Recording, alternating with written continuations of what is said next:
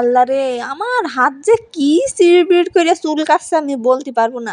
এই কচুর লতি দিয়ে ইলিশ মাছ রান্না করবো ভেবেছি, তো কচুর লতি কুটতে গিয়ে আমার জানটা একদম ছেঁড়া বেড়া হয়ে গিয়েছে।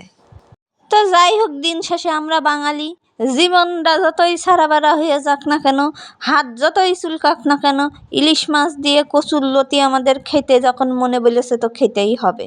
তো এবার খালি কড়াইয়ের মধ্যে এই কেটে রাখা কচুর লতিগুলো দিয়ে দিবা, কোনো রকম কিছু দিতে হবে না, কচুর লতিগুলো দিলেই হবে। তারপরে এর মধ্যে দিয়ে দিবা কুসকুস কুসকুস কুসকুস করে এক গাদা কুচি করে রাখা পেঁয়াজ, এক গাদার মধ্যে পরিমাণ মতো পেঁয়াজ, তবে একটু বেশি দিলেই ভালো হয়, যেহেতু এইটা হচ্ছে একটা স্পেশাল রান্না। ওই যতটুকু তরকারি তার পরিমাণ মতো জিরে, জিরে দেওয়া হয়ে গেলে মনে করো এবার এর মধ্যে দিয়ে দিবা রসুন বাটা। রসুনটা বেটেই দিতে হবে, নাহলে একটু আস্তে আস্তে হয়ে থাকলে ভাল লাগবে না, মুখে বাঁধবে না। তারপরে দিয়ে দিবা কাঁচা মরিচ বাটা বা শুকনো মরিচ, কাঁচা মরিচ শুকনো মরিচ যে কোনো একটা দিতেই পারো, সেটা তোমার ইচ্ছা, তোমার ব্যক্তিগত ইচ্ছা, তবে কাঁচা মরিচের স্বাদটা একটু বেশি ভালো হয়। তারপর দিয়ে দিবা হলুদের গুঁড়ো, হলুদের গুঁড়ো দেওয়া হয়ে গেলে দিয়ে দিবা পরিমাণ মতো লবণ, যে যেরম খেতে পছন্দ করো সে সেরম দিয়ে দিবা। তারপরে হচ্ছে এবার আসল পর্যায়ে, এইটা হচ্ছে সর্ষে বাটা। এই সর্ষে মানে কি, সরিষা বাটা। এই সরিষা বাটাটা ওর ভিতরে দিয়ে ভালো করে নেড়ে চেড়ে নিবা, বুঝেছো? নেড়ে চেড়ে দুই হাত দিয়ে ভালো মতো করে মাখিয়ে নিবা। যেহেতু ইলিশ মাছের কচুরলতির তরকারি, এর মধ্যে সর্ষে বাটাতে দিলে সেরম স্বাদ হবে নি। আর এই হয়েছে সেই শয়তানের ভাই না হওয়ার বিখ্যাত রেসিপি, মানে বিখ্যাত রেসিপি, মশলার ব্লিন্ডার ধোয়া পানি বা মশলা ধোয়া পানি। যাই হোক, এটাও খুব ভালো একটা জিনিস, অপচয় করা কিন্তু মোটেও ভালো না। এবার এর মধ্যে দিয়ে দিবা পরিমাণ মতো সয়াবিন তেল, বা যে সরিষার তেল খেতে চাও সেটাও দিতে পারো।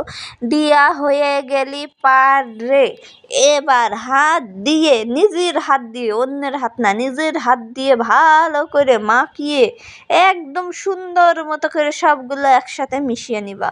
মিশানো হয়ে গেলি পারে এইবারটা এর মধ্যে দিয়ে দিবা 1 গ্লাস পানি। গ্লাস মানে বোঝো তো, গ্লাস, গ্লাসে করে 1 গ্লাস পানি দিবা, বা পরিমাণ মতো পানি দিয়ে এবার ইলিশ মাছগুলো একটা একটা করে খুব আস্তে করে এই তরকারির ঝোলের মধ্যে মিশিয়ে মিশিয়ে বসিয়ে দিবা। ইলিশ মাছ তো নরম জিনিস, বেশি নাড়লে আবার ভেঙে চুরে যাবে। তারপরে মনে করো সবগুলো মাছ যখন দেওয়া হয়ে যাবে, তখন তখন ঢাকনা দিয়ে এবার ওই তরকারিটা ঢেকে দিবা। খুব আস্তে জালে দিবা, ও যেন আস্তে আস্তে হতে থাকে। তো যখন দেখবা এই ইলিশ মাছটা অনেকটা সিদ্ধ হয়ে এসেছে, দেখো এইরকম যখন একটু ফুটে উঠবে সুন্দর করে, তখন তুমি মনে করো এইটা একটু হালকা করে উল্টিয়ে পাল্টিয়ে দিবা, খুব হালকা করে, বেশি না, কারণ ইলিশ মাছগুলো খুব নরম জিনিস হয়, বেশি চাপাচাপি করলেই ভেঙে যাবে নি। তারপরে মনে করো আবার কিছুক্ষণের জন্য ঢেকে দিবা, বুঝেছো, ঢাকনা দিয়ে। এইবার এক ঢাকাই একদম রান্না কমপ্লিট হয়ে যাবে, একদম রান্না শেষ হয়ে যাবে। এই দেখো কি ফাইন করে আমার রান্না হয়ে গিয়েছে, দেখেছো? রাত্রি যখন এই রান্নাটা দিয়ে ভাত খেলাম, বিশ্বাস করো এই একটা তরকারিতেই ভাত খাওয়া শেষ, আর কোনো তরকারির দিকে তাকানো লাগেনি।